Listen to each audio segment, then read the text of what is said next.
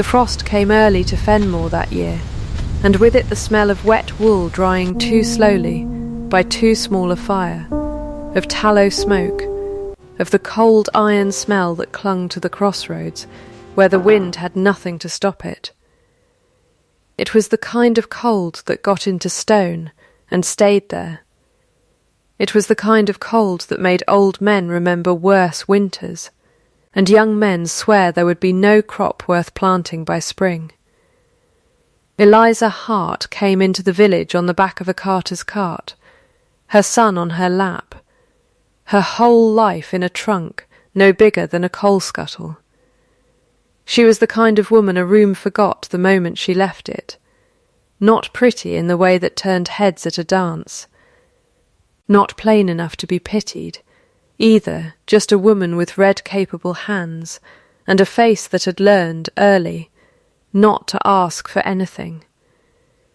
She had one skill the world had never managed to take from her. She could mend anything that tore. Cloth, harness, leather. A hem no draper's girl would touch. Her father, before he died, used to say she had more patience in her needle than most men had in their whole bodies. Cloth, she had told Peter more than once, could always be mended if you were careful, and did not mind the mending showing. It was the one certainty she owned outright, and she meant to trade on it until something better came along, though she did not expect it would. By spring, she thought, watching the frayed hem of her own cloak, this will not hold together no matter how careful I am. But that was a problem for spring. Winter had its own problems, and one of them was walking toward her that first grey morning, half fallen against the milestone at the Fenmore crossroads, an old man in a soldier's coat gone the colour of mud. She did not know yet that the house behind her, the great grey house on the hill that everyone in the village called simply the Hall, would change everything about her life before the year was out. She only knew the old man at the crossroads was going to die of the cold if somebody did not do something before noon. Nobody else had stopped. 2 farm carts had gone by already, the drivers looking straight ahead, the way people look straight ahead when they have decided not to see something. Eliza set Peter down on the milestone, told him to stay, and knelt in the frozen mud beside the old man. His name, when he could speak it, was Gan. Old Gan, he said, as if that were the whole of his history, and perhaps it was now. He had been a soldier once. He had been a groom once, at some great house or other, he said, though the names slid away from him when she asked which one. Now he had nothing, and the cold did not care what he had once been. She took off her shawl and put it around his shoulders. It was her only shawl. She did not think about that until later. She used the last of her coins, 4 small coins she had been saving for bread, to send Peter running for the surgeon in the village, a man named Coyle, who did not like to be paid in less than silver, and complained about it the whole way to the crossroads. She sat in the mud with old Gan's head in her lap, and did not think about her hem, or her coins, or the fact that she had arrived in Fenmore that very morning, with nothing to spare, and had now spared it all. A man on a grey horse came down the London road at that hour, though she did not look up to see him. He had ridden out from the Hall in a plain coat, as he often did, telling no one where he went, because a man who wishes to know the true state of his own land must sometimes see it without his name attached to his face. He reined in some 50 yards off, where the hedge broke, and watched. He watched a woman he did not know kneel in frozen mud for a beggar who could give her nothing back. He watched her give away the one warm thing she owned without a moment's hesitation, and he watched her refuse, when the surgeon at last arrived and asked who would pay him, to give her own name, only saying it did not matter who had sent for him, only that he come. She did not know then that the man on the grey horse was Julian Vane, Duke of Rothmere. She did not know that he had, 7 years before, loved a girl very like her in every particular that mattered, and had believed himself abandoned by her, and had spent every year since telling himself that grief made poor company, but was, at least, honest. She did not know that something in him, watching her in the mud with a dying stranger's head in her lap, went suddenly and completely still, the way a man goes still when a door he thought long closed is found, quite by accident, to be open a crack. She only knew that when she looked up at last, the road was empty, and the frost was settling deeper into the ruts, and old Gan was breathing easier, and Peter was standing very solemn beside her, watching her the way small boys watch their mothers when they have understood, without being told that something important has just happened. "Will he live?" Peter asked her. "I don't know," she said. "We did what we could. Is that enough?" "It has to be," she told him. "It's all there is." She got old Gan to the almshouse on the edge of the village, and she paid Coyle the surgeon with a promise of mending, since she had no coin left, and he grumbled but agreed. Because there was something about her that made men agree to things against their own economy. She walked back into Fenmore with her son's cold hand in hers, and no shawl and no coins, and a trunk still sitting at the inn, where the carter had left it, and she did not once think she had done anything remarkable.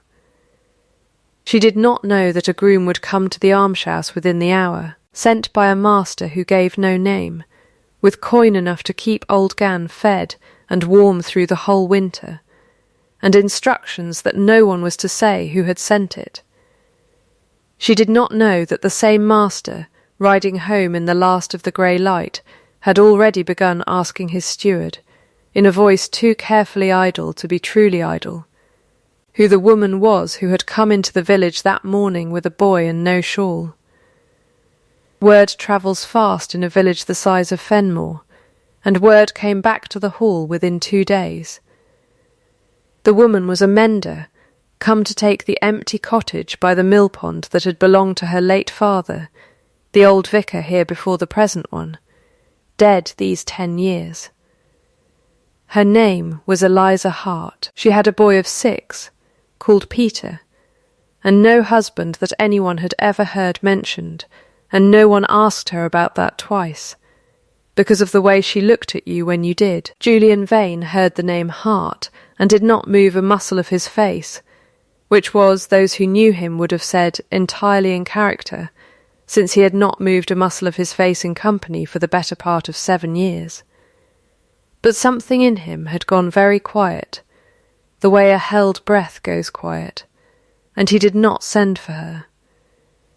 Instead he sent, through his housekeeper, a piece of mending, a torn coat lining, nothing more, with instructions that the mender was to be paid double the going rate, and asked no questions. Mrs. Pruitt, who had kept house at Rothmere for 30 years, and had buried a husband and outlived 2 dukes, and had opinions about all 3, brought the mending down to the mill pond cottage herself, because she wanted to look at the woman everyone in the village was talking about. She found Eliza Hart with her sleeves pushed up, and her son asleep by a fire built too small to be extravagant, mending a strange child's stocking for a woman 2 doors down, who had 6 children and no coin at all. "You'll ruin your eyes doing fine work by that light, Mrs., Pruitt said, by way of greeting, setting the coat down on the table. "My eyes have held out this long." "So they have." Mrs. Pruitt looked at her for a long moment. "There's payment coming with this. Double rate, His Grace's own order." Eliza's hands went still over the stocking. "I don't know any duke." "No," Mrs. Pruitt agreed. "I don't suppose you do." She did not offer to explain, and Eliza did not ask again, because pride is a strange, stubborn thing in a woman who has learnt to expect nothing, and asking twice felt too much like begging. She took the coat, and mended it beautifully, and sent it back with the payment refused down to the ordinary rate, and no note. She did not know that when the coat came back to the hall, mended so finely the tear could not be found by daylight, with half the money returned, and a short line explaining that the ordinary rate was payment enough for ordinary work. Julian Vane sat with it in his hands for longer than a coat lining had any right to be sat with, and did not, for once, feel entirely alone in his own house. The proximity that followed was not sought by either of them, or so each would have said if asked, though it is a curious thing how often unsought proximity arranges itself when two people have begun, without quite admitting it, to look for excuses. Mrs. Pruitt hired Eliza on for the mending at the hall itself, 3 days a week, on the grounds that a linen room in that state of disrepair was a disgrace to the county, and no one contradicted her, least of all the master of the house, who found himself passing the linen room rather more often than the running of an estate strictly required. The first time he spoke to her directly, she did not know who he was. She had been told the master of Rothmere was a grave man, cold to strangers, unmarried, given to silence. She had pictured someone older. The man who stood in the doorway of the linen room one grey afternoon, watching her thread a needle by the window light, was perhaps 30 and some years, with a face that had been broken once across the nose, and never quite reset right, and eyes so dark they looked black in that light, and a stillness about him that was not the stillness of boredom. "You mended Gan's blanket," he said, "not a question. I don't know a Gan, your grace." She had guessed, by then, who he must be. She did not curtsy. She had not thought to in the moment, and by the time she thought of it, it seemed too late to matter. The old soldier, at the almshouse. Oh, her hands kept moving on the seam. He needed a blanket. Someone would have done it. No one did do it. For 30 years no one did it. You did it the first morning you were in the village, with your own coin and your own shawl, and you have not asked once who paid the surgeon. It isn't my business who paid him, only that he came. He looked at her for a long moment, the way a man looks at a ledger that will not balance no matter how many times he adds the column. Most people would want to know. Most people, she said, want a great many things I've stopped wanting. She bit off her thread. Was there mending you required, your grace, or did you only come to ask about Gan?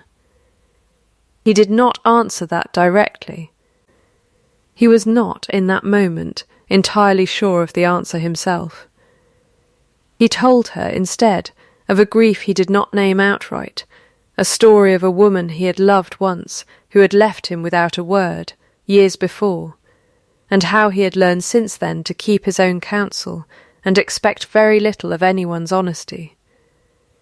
He told her this the way a man tells a stranger things he cannot tell his own household, because a stranger cannot use them against him.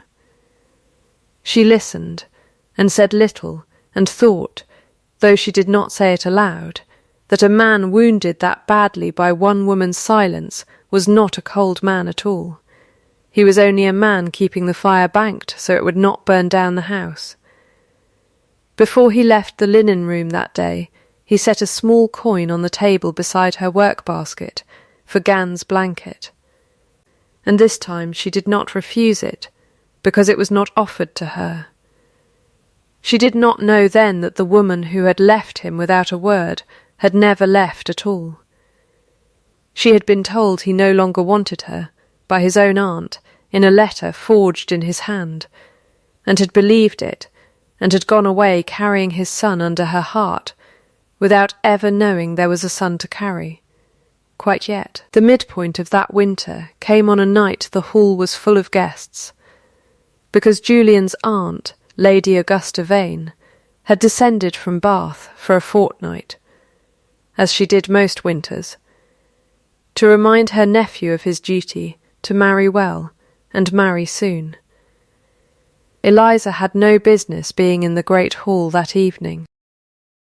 She had come only to deliver linen, with Peter in tow because she had nowhere else to leave him, and the boy, tired of waiting in the passage, wandered where boys of 6 wander, which is to say everywhere at once.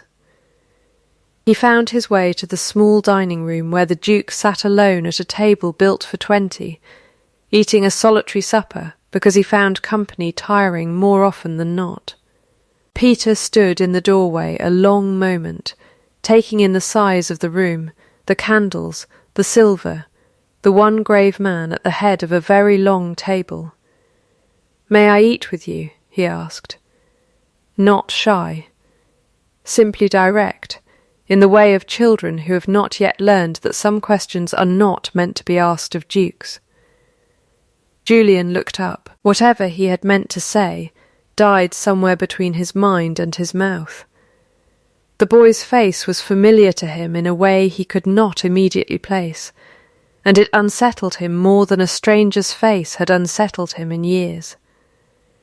"Where is your mother?" he said, instead of answering.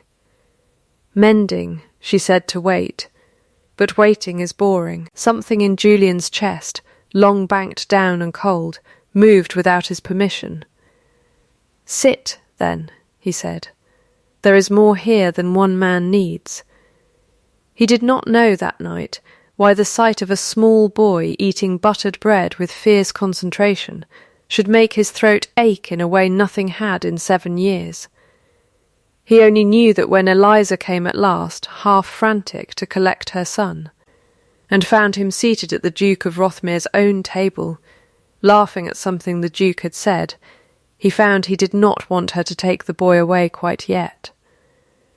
It was in the doorway of that room, minutes later, that Lady Augusta Vane found them, and stopped, and went the particular shade of pale that meant, in her, not fear, but calculation. She recovered herself with a laugh, 3 short notes, practised, like a bell rung out of temper. "Well," she said, "the mending girl's son dining at my nephew's table. How democratic we've become." He was hungry, Julian said. They so often are, that sort. Her eyes went over Eliza slowly, the way one prices a horse one has already decided not to buy. "Tell me, Mrs. Hart, is it Mrs.? One never likes to presume. Was there ever a Mr. Hart, or is that simply a convenient fiction for the boy's sake?"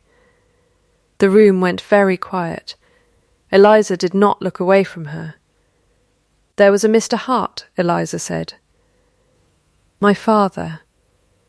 The boy takes his mother's name because I chose it should be so. It was not quite a lie. It was not quite the whole truth either. She had learned long ago that a woman with nothing else could still choose what she said and did not say." "How convenient," Augusta said again, softer, and there was something in the softness that was worse than the volume had been. "Fair is not the same as kind, is it, Mrs. Hart? I find people forget that, when it suits them." "No," Eliza said. "They don't forget it. They only hope no one else remembers it too." Augusta's smile thinned.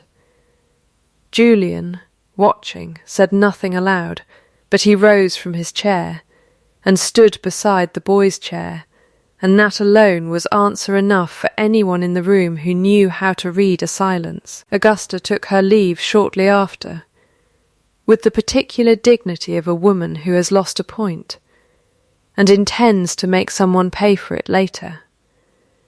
Eliza did not weep that night, though her hands, gathering Peter's coat, shook very slightly, and did not stop shaking until she was well clear of the hall. The weeks after that dinner were not kind ones. Augusta did not forget the exchange in the doorway, and a woman with her particular gifts does not need violence to do harm. She needed only to speak, quietly, to the right people, about a mender's son with no father anyone could name, and a mother too quick with her tongue for a woman in her station. And how curious it was that the boy had his uncle's very stillness about the eyes. Had anyone else noticed? It was Mrs. Pruitt who came to Eliza first, white about the mouth, to say that Lady Augusta had been asking questions in the village about where Eliza had lived before Fenmore, about whom she had known 7 years back, before she left the district the first time. Eliza understood then that Augusta had recognised her, not as a stranger, as the vicar's daughter who had vanished from this very district 7 years before, in disgrace, with no explanation anyone believed. She went to Augusta directly, because waiting for the blow felt worse than walking toward it. "You know who I am," she said, without preamble, in the small parlour Augusta kept for calls she did not enjoy.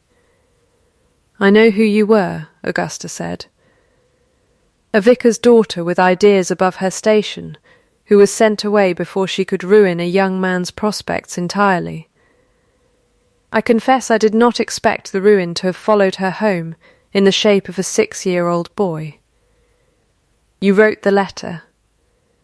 Eliza's voice did not rise, the one that told him I no longer wanted him, "and you told me he had gone abroad and agreed to forget me. I did what any aunt would do, to save a foolish boy from a foolish match. He had a name to carry. You had nothing but a pretty face, and no fortune whatsoever." Augusta's smile was thin as paper. "I will say this once, Mrs. Hart, and then I will say it to the whole county if I must. Leave Fenmore. Take the boy. Whatever claim you imagine that child has, I will see it costs you everything you have left before I let it stand." Eliza did not cry in that room. She had trained herself long ago never to cry where it showed, and it did not show then either, though her hands did not stop shaking for an hour after. She went home and began, that same night, to pack the trunk again. It was Mrs. Pruitt who stopped her, 2 days later, arriving at the Mill Pond cottage with her own shawl thrown hastily over her nightclothes and a look on her face Eliza had never seen there before. "You mustn't go, Mrs." Pruitt said. "Not before you know the whole of it. Sit down. I've kept His Grace's secrets 30 years, and I am tired of keeping this one from you." She told her then of Gan's blanket and the surgeon's bill, quietly settled every quarter for years before Eliza had ever come to Fenmore, because it had long been Julian's habit to see to old soldiers who had served his father, and to ask no thanks for it. She told her of a dozen smaller kindnesses, rents forgiven, a child's schooling paid, a widow's roof mended, always through the steward, always with the name withheld. And then she told her the thing that mattered most. He had a woman searched for years, Mrs. Pruitt said. Quietly, a vicar's daughter, gone from this district under a cloud, no one would say where. He never found her. He believed, God forgive his aunt, that she had simply stopped wanting him, and he built a whole cold life on top of that belief, brick by brick. Because a man has to build something to stand on. She looked at Eliza very steadily. I did not put 2 and 2 together myself until I saw that boy's eyes across His Grace's own table. But I have added it now, Mrs. Hart, and I do not think I am wrong. Eliza sat very still. He doesn't know, she said finally. No, Mrs. Pruitt said. But I think, if you give him the chance, he is about to. The chance came that same evening, when Julian, hearing from his steward that the mending woman meant to leave Fenmore within the week, came down to the Mill Pond cottage himself, in the dark, without a groom, without his aunt's knowledge, and stood in the doorway with his hat in his hands, like a much younger man. "Mrs. Pruitt tells me you're leaving," he said. "I have my reasons. Tell me one." She looked at him a long moment, and then, because she was tired of building her whole life around silences, she told him. All of it. The garden meetings, 7 years past. The letter in his hand that was not truly his hand. His aunt's coin and his aunt's threats, then and now. And last, because there was no way left to say it gently, that Peter was his son, and had been his son since before either of them knew a war of silence had begun. He did not speak for a long moment. The fire popped once in the small grate. Somewhere outside a rook called, and went quiet. "I never sent that letter," he said finally. "I know that now. I have spent 7 years believing you found me not worth staying for." His voice, when it came, was not loud, but something in it had cracked open, like ice going in spring. "I watched you in the mud with Gan's head in your lap, and I did not know why it undid me the way it did.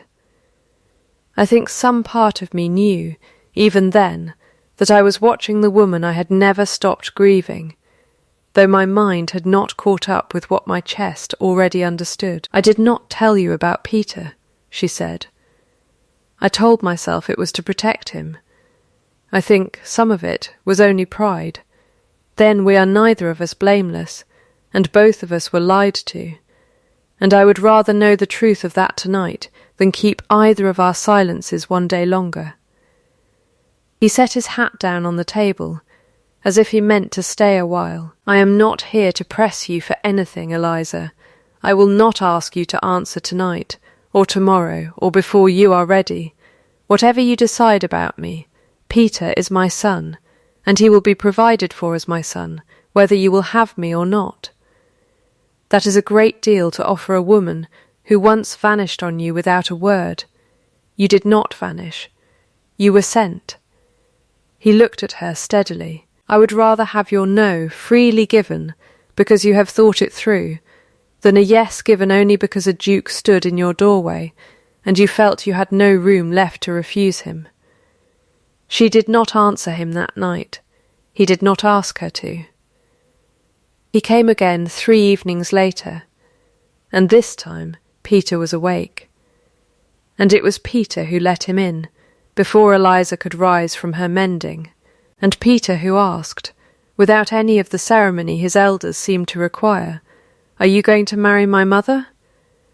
"That," Julian said gravely, crouching to the boy's height, "is a question I mean to ask her myself, if she'll allow it, and I think it only fair I ask it properly before I answer you."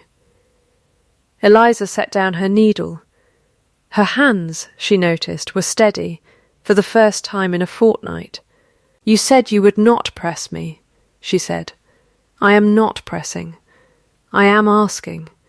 There is a difference, and I think you of all women know it." He straightened and came to stand before her and drew off one glove, finger by finger, slowly, as though the small ordinary act of baring his hand were itself a kind of vow. "I do not offer you a name because you are owed one, though you are. I offer it because I have watched you 7 years ago, and 7 weeks ago, and I find you are the same woman in both, and I would like very much to spend whatever years remain to me finding out who you become next. And if I say no, then Peter is provided for, and you are left in peace, and I will trouble you no further than an old man occasionally wishing to see his son grow." His mouth, for once, did something that was almost a smile, unpractised, the kind that surprised even him. "I would rather have that than force a yes from you I could never trust afterward." She looked at his bare hand a long moment.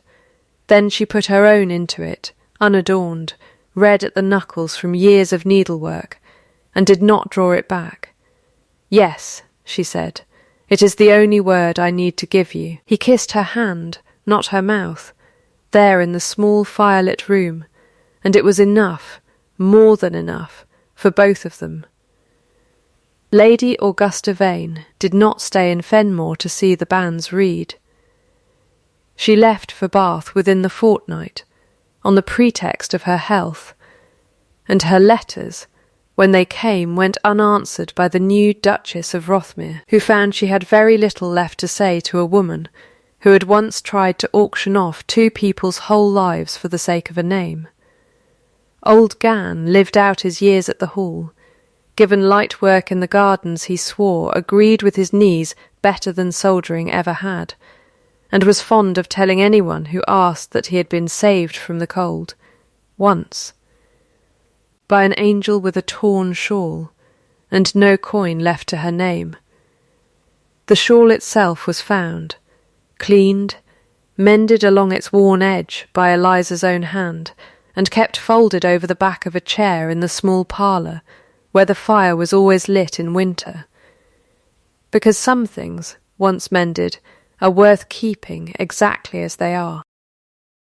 A year later, on an evening much like the one that had begun it all, though warmer, the frost held off a little longer than usual that season, Julian sat by that same fire with his wife's hand in his, bare fingers laced with bare fingers, and Peter asleep at last against his mother's shoulder, after insisting 3 times that he was not tired in the least. The rook called once outside, and went quiet, the way it always did. A man's worth, Julian had told his son once, when the boy was old enough to ask what a duke was actually for, is not measured by what he does when the whole county is watching him do it. It is measured by what he does for the ones who can never repay him, on the mornings he believes no one of consequence will ever know.